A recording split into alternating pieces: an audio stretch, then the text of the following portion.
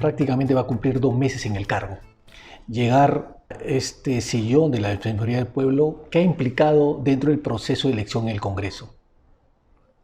Fortalecimiento de la democracia, básicamente. Soy el segundo acto de demostración de que el Congreso creo que ha tenido un legado importante en la vida democrática del país. Primero, enfrentar un proceso meritocrático, creo que el primero para la elección del Tribunal Constitucional y seguidamente la elección del Defensor del Pueblo. ¿Considera entonces que el Congreso sigue un proceso democrático a pesar de tener una aprobación mínima de 3%? Ese es el doble efecto además, porque mire usted, a pesar de ese alto grado de desaprobación producto de una polarización política constante, de un ataque constante de manera institucional, no se olvide usted que el Congreso ha asumido retos de carácter institucional, porque son mandatos, final de cuentas, y tiene que cumplir. Y por ejemplo, en el caso de mi elección, son prácticamente 9 bancadas que han asumido una responsabilidad de elegirme, ¿no? Entonces, a veces cuando se centra en posiciones polarizantes, lo que se busca ciertamente detrás de eso es deslegitimar, ¿no? Ahora, su elección fue bastante curiosa. Lo digo en el sentido de que si bien usted en un momento perteneció y tuvo el apoyo de Perú Libre, al momento de su elección no se le dio ese apoyo desde la bancada de Perú Libre, sino tuvo el apoyo de un tradicional opositor, digamos, que es el fujimorismo. No, de Perú Libre también. Pero no todos. Sí, y bueno, luego me explicaron sus motivaciones, ¿no? Que no son motivaciones personales, por cierto, y yo agradezco, sino más motivaciones políticas, quizás de mucho mayor análisis, con la cual a veces yo no comparto, pero que sí aprendí a respetar. Y decisiones que además fueron acompañados por muchas bancadas, que de manera mayoritaria, pues no se olvide usted, por lo menos 4 bancadas votaron en el mismo orden, mayoritariamente, y las demás, si bien con algunas particularidades, pero igual mayoritariamente, ¿no? ¿Cómo encontró la Defensoría del Pueblo? Bueno, es una institución que tiene el mérito de haber trabajado mucho el tema de inclusividad o inclusión en términos de poblaciones minoritarias, pero ciertamente no menos importante. Y creo que eso es la ventaja o el balance que yo puedo ver desde el primer día que he llegado, ¿no? Ahora, hace unos días se reunió en Palacio de Gobierno, en este Consejo de Estado, junto a ministros y a la propia presidente Dina Boluarte. ¿Cuál fue su lectura de esa reunión, la actitud? Y mucho quisiéramos saber qué actitud tiene la presidente frente a la marcha del 19 de julio. Sobre todo, ¿qué tiene el gobierno, ¿no? Como ejecutivo, porque no se olvide usted, los ministros han sido informados para que informen los avances de cómo ha sido el proceso, digamos, post diciembre y enero del presente año, que ha enlutado al país, y lo que he notado es que no se han abordado los temas que deberían abordarse, como por ejemplo el puente o el canal de comunicación o los interlocutores válidos que tienen que existir entre la sociedad peruana, entre la ciudadanía peruana y el Estado. Y a veces nos limitamos a conversar con el gobernador regional, con el alcalde y mandarle presupuesto para su obrita y creemos que ahí hemos tenido la empatía y no es así. La empatía es decirle a la población que sí pueden acceder a los servicios de salud a través del SIS, que sí pueden tener un servicio, digamos, de accesibilidad a temas de inmunizaciones, que sí pueden estar con un programa alternativo que le permite a las víctimas de violencia tener un espacio de poder salirse, o sea, entrar al tema de fondo, o mínimamente, por ejemplo, en el ámbito social. El conflicto de diciembre y enero ha traído consigo bastante orfandad y el Estado no se hace cargo de esos niños.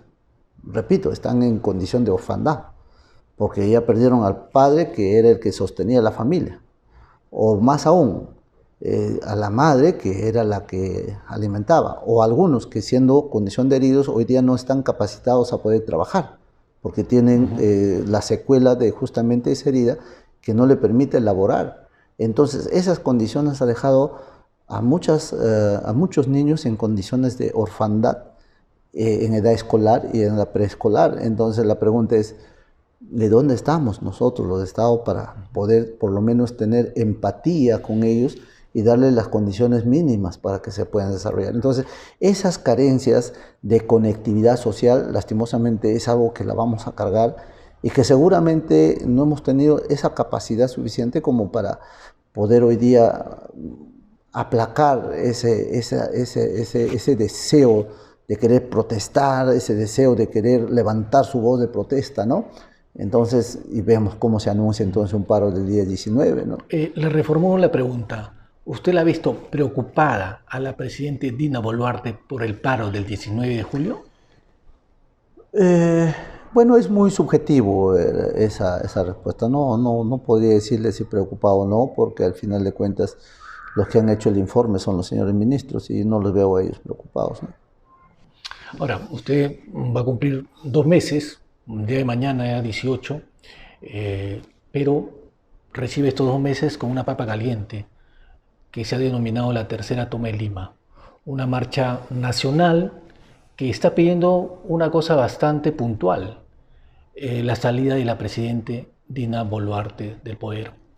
En ese sentido, ¿qué le recomendaría a toda esa masa de gente que está llegando a la capital de distintas provincias? La expresión ciudadana es una expresión constitucional legítima, es la participación en sí de sus derechos civiles que la misma Constitución las reconoce. Entonces la Defensoría, garante de esos derechos humanos, tiene que respaldar, tiene que coadyuvar para que no exista ninguna vulneración de sus derechos, ¿no? Y preocupados en ese camino, hemos también ya conversado con el Ministerio Público sobre su accionar, y yo quiero agradecer a la Fiscal de la Nación que ya sacó el día de ayer o antes de ayer una norma mediante la cual habilita la intervención de los fiscales de familia, la intervención de otras fiscalías para que todos tengan el enfoque de derechos humanos y no haya carencia de intervención de parte del Ministerio Público, ¿no? Entonces, eso es un hecho que para mí me dice cómo institucionalmente, de manera responsable, el Ministerio Público se está poniendo, como dice, preveyendo cualquier tipo de que pueda salirse por las manos, ¿no? Todo este tratamiento. Y en esa misma línea, nosotros venimos trabajando mucho la política educativa, ¿no? O sea, sí es verdad que la Constitución establece mecanismos de participación, como el que estamos hablando, el derecho a la protesta, que engloba todo un sinnúmero de aspectos. Pero por otro lado, nada autoriza, nada respalda la violencia, menos la ferocidad.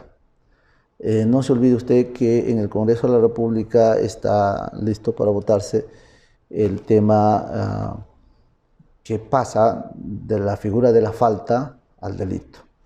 Usted comprenderá que cuando cualquier ciudadano golpea a un policía con algún objeto contuso o punzocortante, generalmente no le causa mayor daño porque tienen protección. Pero quepa la seguridad de que si no tuvieran protección, eso es o lesiones graves o muerte. Entonces la norma se pone en el hecho es que lo que hoy día es considerado falta, ¿no?, sea considerado delito. De tal manera que el ciudadano empiece a respetar el principio de autoridad de que no puede agredir bajo ninguna circunstancia, no puede violentar bajo ninguna circunstancia a un efectivo policial. Entonces, esa connotación ha hecho que nosotros, antes de, digamos, de estar presentes en cada comisaría o en los hospitales, porque es nuestro deber estar en esos lugares, también participemos activamente en la parte educativa, donde le digamos a los ciudadanos todos los derechos que tienen, pero también donde se le diga todas sus obligaciones y responsabilidades que tienen. De tal manera que el que cometa un acto de ferocidad o provoca daños a la infraestructura pública o privada o daños a físicos a las personas, saben perfectamente que están ingresando al terreno del delito y el delito es sancionado.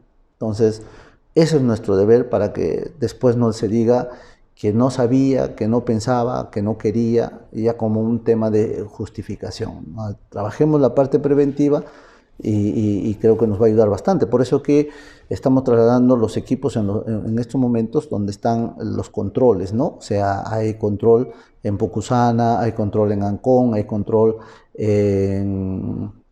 acá en la carretera central, ¿no? ¿No le parece excesivo esos controles al libre tránsito? No, el libre tránsito está garantizado. Eso no hay ningún problema. No obstante, hay dos aspectos que hay que tocar, pero primero terminemos con el tema de los controles. Los controles son cotidianos, son comunes, son normales. Toda la vida de las personas se controlan. Y se controlan básicamente desde el enfoque de las requisitorias, bajo el enfoque de todo ese tipo. Pero esta vez con un ingrediente más. La movilización de posibles artefactos de carácter explosivo, la movilización de armas punzocortantes, la movilización de objetos que podrían, con fines impropios, causar mucho daño. Entonces, siempre es bueno prevenir que lamentar, sin que implique de ninguna manera la libertad de tránsito. Usted sabe que las libertades no significan libertinaje. Las libertades tienen sus restricciones dentro del respeto, dentro de los derechos humanos y dentro de la garantía que eso implica, ¿no? Ahora, para la gente que es agredida por las Fuerzas Armadas, por la policía, ¿qué tendría que hacer esa persona? Ese mismo concepto al revés. Ahí hay una agravante, porque la autoridad policial es el garante de la paz social. Y siendo garante de la paz social no puede promover un hecho distinto. Ni la provocación, ni los actos que pueden estar reñidas contra el normal desarrollo o desenvolvimiento de cualquier acto de manifestación. Entonces ahí tiene que guardarse un justo equilibrio, y lo mismo que estás recomendando para un civil que no debe agredir, el policía no tiene por qué agredir. Repito, el policía no tiene por qué agredir, todo lo contrario, él tiene que proteger. Entonces, si agrede, hay una doble agravante, porque no solamente está incumpliendo su deber constitucional, sino además está cometiendo un delito. ¿Y si dispara a matar? Ni un muerto más. Nosotros estamos ahí. Tenemos que garantizar que no haya esas cosas, de ninguna de las partes. Así que como condenamos la violencia, venga de donde venga. Se no puede decir una disquisitez que condeno por acá y no condeno por allá. No, todo lo contrario. Nosotros estamos preparados para hacer una cobertura integral. Están comisionados preparados para asumir su responsabilidad con mucha idoneidad, con conocimiento del derecho, con conocimiento de las acciones que debe hacer en el lugar de los hechos. La Defensoría, el día de la protesta, 19 de julio, ¿va a estar acompañando a la marcha? ¿Van a estar en lugares estratégicos? Claro que sí. En principio, en estos momentos ya estamos disponiendo de los lugares estratégicos, como le comentaba, que son los puntos, porque como usted comprenderá, con el tema esto de los controles, no vaya a cometerse excesos y abusos. Entonces, ahí estamos. Primero, para supervisar la función de la policía, y segundo, para garantizar el derecho del ciudadano. Es una doble función. Y en el pleno acto de la manifestación igual. O sea, nosotros tenemos que estar con los policías, al lado de los policías, viendo cómo se conducen para ver que no pasen de la raya de lo que constitucionalmente está establecido, pero también con los protestantes para que no pasen de la raya de lo que está establecido. Y si esto o esto pasa de la raya, nosotros seremos firmes en la condena que corresponde a su actitud. Nosotros no tenemos por qué tolerar la violencia de ninguno de los dos lados. Que no exista ni una sola víctima más. Que el ejercicio de la protesta no se criminalice, pero al revés, que protestar no significa crimen tampoco. Desde el sector de la ultraderecha y la derecha han etiquetado a esta marcha como una marcha subversiva, incluso terroquea. ¿Qué les diría a ese sector? Toda mi condena. Siguen con lo mismo, estigmatizan, alientan, segregan, discriminan y quieren buscar paz. Es un discurso que no cabe. Lo que tenemos que hacer es que ese tipo de discurso sea rechazado. Ojalá que YouTube lo saque ese tipo de... o que las redes, ¿no?, tengan una administración más prolija y puedan sacar esos discursos de odio, ¿no? Nuestro país se ha desangrado por tantos años, nos ha correspondido a ver a nosotros cómo el fundamentalismo ideológico solo genera violencia, genera odio, genera muerte. Y la Defensoría lo que dice es, por favor, ya basta. ¿Ustedes creen que van a construir una sociedad más justa cuando haya expresiones procaces, subidas de tono, descalificando el uno a otro y peor aún, diciéndole terruco? No, eso no está bien, no está bien. Lo único que eso hace es exacerbar. Y cuando se exacerban los ánimos ya no hay un razonamiento correcto. Y cuando no hay razonamiento, entonces entramos al terreno de lo ilícito y del dolor que esto pueda causar a muchos peruanos. Defensor, cuando asumió el cargo y hasta hace unas semanas ha habido una especie de campaña en su contra. Algunos recordaban, digamos, este recorrido político que ha tenido y lo colocaban como un hombre de izquierda. ¿Usted se identifica como hombre de izquierda? Yo estoy identificado como un hombre de las clases sociales más bajas, sin oportunidades. Y creo que Dios me ha bendecido, ¿no? De estar acá, viniendo de donde vengo, es difícil, ¿no? Difícil, ¿no? Todo cuesta, y cuesta doble. Pero es así, o sea, yo soy creyente y sé que hay tiempo, como decíamos, el tiempo perfecto, ¿no? Yo estoy acá para cumplir esta labor, de poder convocar y establecer un ánimo dialogante entre las fuerzas sociales, políticas, económicas, para bajar, ¿no? Hoy día mismo estuvimos ahí en EMSA, ¿no? Discutiendo un tema desde el día sábado, por cierto, poniendo la calma, que prime la sensatez. Al que más se le perjudique es al que menos tiene. ¿El Perú cambiará en algún momento? Yo creo que sí, tenemos el deber de hacer que cambie. Yo soy un hombre de fe y quiero devolverle la fe a mi pueblo. Y la fe, devolver la fe al pueblo es trabajando, haciendo, construyendo. Entonces, cuando ven ellos que hay un efecto positivo con las cosas que tú como funcionario haces, entonces devuelves la esperanza.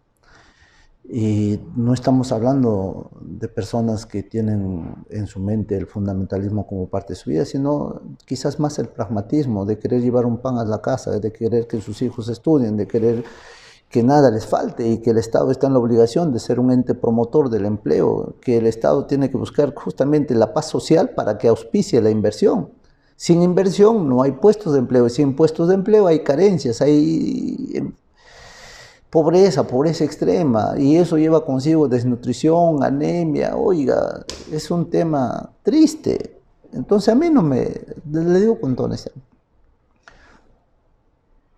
no es una buena noticia que haya protestas, no es una buena noticia que haya movilizaciones, pero las hay, y las hay no porque son locos, sino porque hay motivos para reclamar que el Estado ausente se haga presente.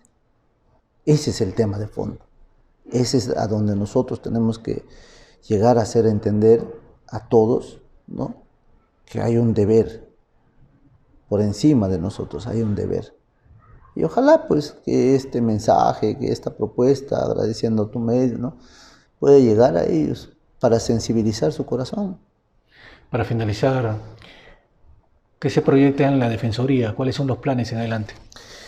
Estamos pasando, o sea, el Estado de por sí ya es reactivo, ¿no? Y la Defensoría no deja de serlo, porque vivimos viendo qué está pasando en redes, qué está pasando en los canales para poder actuar, ¿no?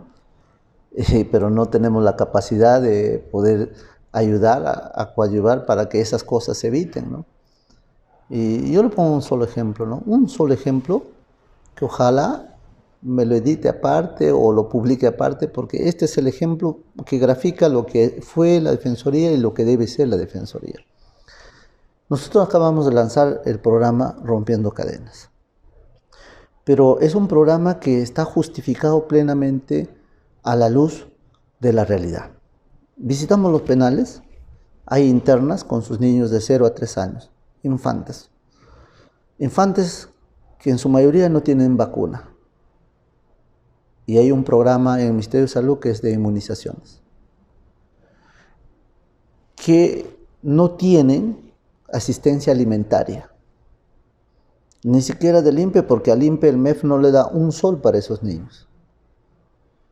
No tiene pediatría, no hay quien haga pediatría. No tiene el programa Crecimiento y Desarrollo. Y ojo, yo les estoy hablando de programas que existen no este año, hace muchísimos años existen en el Estado estos programas. Y ninguno llega al penal. Ninguno llega al penal. Con la ración que le corresponde a las internas, una partecita se le da para esos infantes. Pero no es que el MEF le dé cuánto, o sea, si son, por ejemplo, 100 infantes, 100 raciones más para los niños aparte. No. Entonces se convierten en niños invisibles. Anda, cárgale a ese niño. Es un drama. ¿Qué puedes esperar mañana? Entonces yo podría hacer un informe y ahí queda como informe. Si quieren lo hacen y si no quieren no lo hacen. Ahora, los niños de 3 a 18 años pierden arraigo con las madres. Tanto mujercitas como varoncitos, niñas y niños y adolescentes. ¿Ya? Ya no se comunican con la mamá. Entonces, esa distancia, la mamá piensa que los hijos están con el papá o están con el tío o con la abuela, con alguien. Eso es lo que piensa. La realidad muchas veces es distinta. Son niños que están por la esquina buscando algo para que le den. Y entonces nadie los tiene identificados. Entonces la Defensoría también podría hacer otro informe diciendo que sí, se ha focalizado esto, ¿no? Igual en los varones, cuando papá no lleva la manutención a la casa, entonces hay carencias, hay población vulnerable, entonces los chicos buscan de donde sea sobrevivir. No vivir, sino sobrevivir. O sea, ¿cómo hacen para vivir? ¿Cómo hacen para ese día meterse algo a la boca? Y nadie va y nadie, o sea, es una población altamente vulnerable, pero nadie llega a ellos. Entonces yo digo, bueno, pues sacamos un informe. Pero si quieren lo toman, si no, no. No. Vamos a cumplir nuestra labor coadyuvante. Vamos a hacer nuestro programa y vamos a llevar a los servicios y hacer política pública. Nunca más niño invisible.